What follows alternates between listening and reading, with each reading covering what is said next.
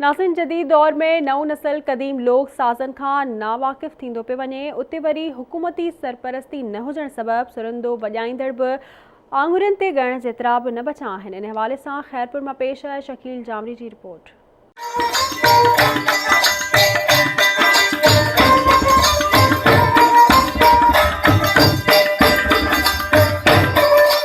सुरंदो सिंध समेत एशिया के मुख़्तलिफ़ इलाइक़नि जो क़दीम ऐं पुराणे वक़्त खां मशहूर साज़ आहे।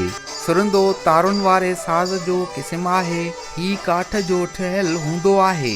सुर जी मिठास लाइ सुरंदे खे लोहीड़े वण जे काठ मां ठाहियो वेंदो आहे।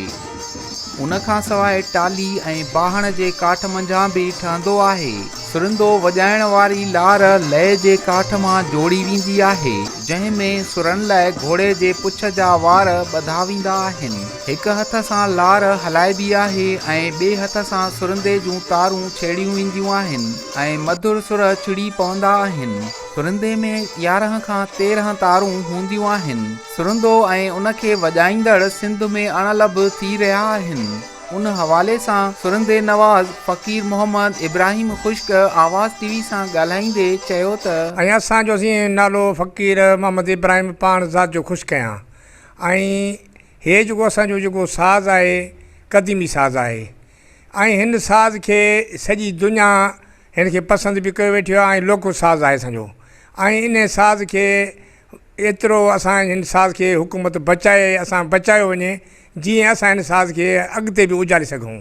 ऐं असांखे इहा वॾी वॾी तव्हांजी महिरबानी आहे जो असांजी तव्हां सार संभाल लधी आहे ऐं असांखे इहा ई आहे त अॻिते बि हिन साज़ जी सार संभाल लहंदा ऐं अॻिते हुकूमत असांजी इन जे लाइ साज़ जे लाइ कुझु कोशिशि करे त असांखे अॻिते क़दम वधाए ऐं अॻिते पहुचायो वञे। घणो वॾे पुराणे ज़माने जी ॻाल्हि आहे। सम्झ हिन साज़ वटि हिन वक़्तु असां वटि इहा आहे, ॿिए कंहिं वटि साज़ न आहे ऐं असां हिन साज़ खे ऐं इहे लोक साज़ आहे ऐं हे सकाफ़ती जो साज़ आहे। हुकूमत खे घुर्जे त क़दीम साज़नि जे हवाले सां तहक़ीक़ कराइण सां गॾु उन्हनि साज़नि खे नए नस्ल ताईं पहुचाईंदड़ साज़िंदनि जी सरपरस्ती करे खेनि ॿियनि मुल्कनि में थींदड़ प्रोग्रामनि ताईं पहुचायो वञे। कैमरामैन महताब सां गॾु शकील जामरी, आवाज़ टीवी, ख़ैरपुर।